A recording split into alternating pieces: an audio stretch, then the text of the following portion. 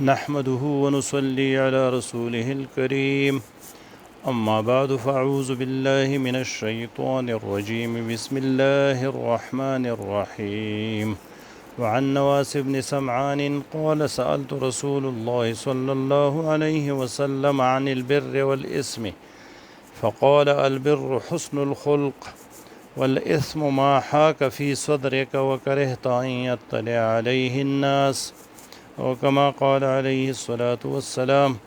حضرت نواس بن سمعان رضی اللہ عنہ سے روایت ہے کہ میں نے نبی مہربان صلی اللہ علیہ وسلم سے نیکی اور گناہ کے متعلق سوال کیا کہ یا رسول اللہ نیکی کیا ہے اور گناہ کیا ہے؟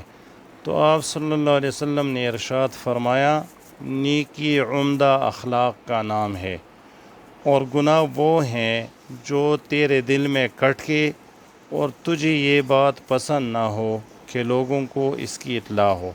آپ صلی اللہ علیہ وسلم نے بڑی سادہ انداز میں نیکی اور بدی کی تعریف کرتے ہوئے فرمایا کہ نیکی حسن اخلاق کا نام ہے، یعنی جس کے اخلاق اچھے ہو گویا وہ نیک ہے۔ اور حسن اخلاق کیا ہے؟ آپ صلی اللہ علیہ وسلم کے اخلاق کے بارے میں حضرت عائشہ صدیقہ رضی اللہ عنہا سے پوچھا گیا کہ آپ صلی اللہ علیہ وسلم کے اخلاق کیسے تھے؟ تو حضرت عائشہ رضی اللہ عنہا نے فرمایا کہ قرآن مجید آپ صلی اللہ علیہ وسلم کی اخلاق تھی، گویا جو کچھ قرآن میں تھا، یعنی جو اوامر قرآن میں تھے ان کی اطاعت آپ صلی اللہ علیہ وسلم فرماتے تھے، اور جن چیزوں سے قرآن میں ممانعت آئی تھی ان چیزوں سے وہ اپنے آپ کو روکے رکھتے تھے، اور یہی حسن اخلاق ہے، یعنی نیکی حسن اخلاق کا نام ہے۔ اس کا مطلب یہی ہے کہ سارے اعمال اور افعال قرآن و سنت کے مطابق ہو تو یہ نیکی ہے۔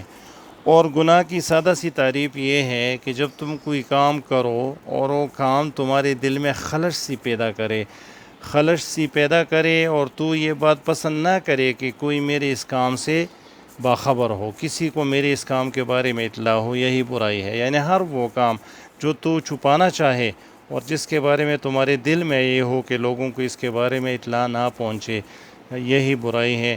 اللہ تعالی ہمیں نیک بنا دے اور برائیوں سے دور کر دے۔ وما علینا الا البلاغ۔